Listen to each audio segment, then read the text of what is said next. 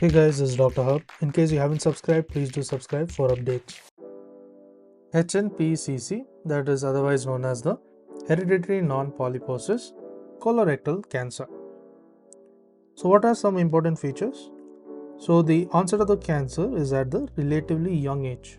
So it is present in young age, and that means it has a mean of about 44 years.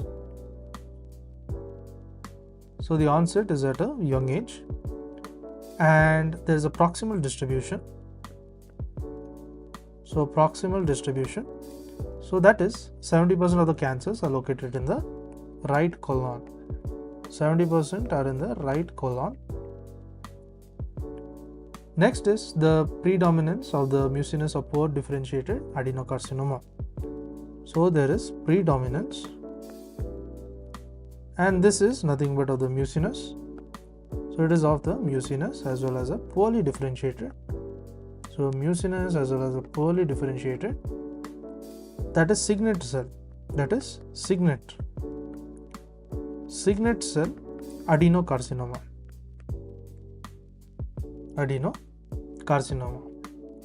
Then there is increased number of the synchronous and the metachronous cancers. There is increase in the synchronous as well as the metachronous cancers. And other point is that there is a relatively good outcome after surgery. So it is a good outcome for the surgery. So let's recap. So we saw the HNPCC, that is a hereditary non-polyposis colorectal cancer. So it is in onset in the young age, that is the mean 44 years. Then it is the proximal distribution, that is there is 70% is present in the right colon.